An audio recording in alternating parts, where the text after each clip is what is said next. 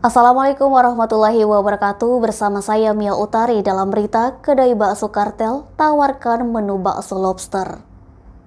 Bakso merupakan makanan yang terbuat dari daging sapi dan tepung terigu. Biasa dikombinasikan dengan telur, urat, atau tetelan. Kini ramai dijual bakso yang dikawinkan dengan udang lobster. Campuran daging dan tepung terigu yang kemudian dibalutkan pada udang lobster. Warga kota Palembang dapat mencoba makanan satu ini di Kedai Bakso Kartel. Tak perlu khawatir dengan harga.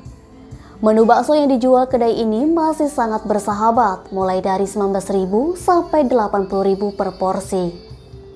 Pengunjung yang ingin makan di tempat bisa duduk santai di ruangan indoor ataupun outdoor. Ade Karlina, Kapten Bakso Kartel mengatakan, pengunjung bisa mencoba bestseller di kedainya yakni bakso lobster. Untuk satu porsi bakso lobster dihargai Rp80.000.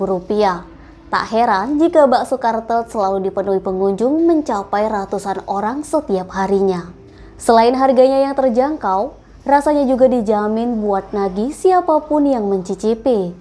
Bakso Kartel juga akan menambah kerupuk Arema di setiap varian menu yang disajikan. Sedangkan untuk bakso lobster sendiri akan ditambah bakso komplit mulai dari daging, telur, dan bakso daging kecil. Bakso Kartel juga menyediakan berbagai menu sarapan pagi dan makan siang, diantaranya nasi bebek, ayam bakar, ikan bakar, sapi lada hitam, dan menu lainnya. Bagi yang ingin merasakan sensasi makan bakso lobster bersama keluarga, bisa datang langsung ke Bakso Lobster Jalan Sumpah Pemuda, Palembang. Setiap harinya, Kedai Bakso Kartel buka dari pukul 7.00 waktu Indonesia Barat hingga pukul 23.00 waktu Indonesia Barat. Awalnya, Kedai Bakso ini berdiri sejak 2019 di Jalan Bangau, tak jauh dari Universitas IPA Palembang. Edi Handoko, Sumek.co melaporkan.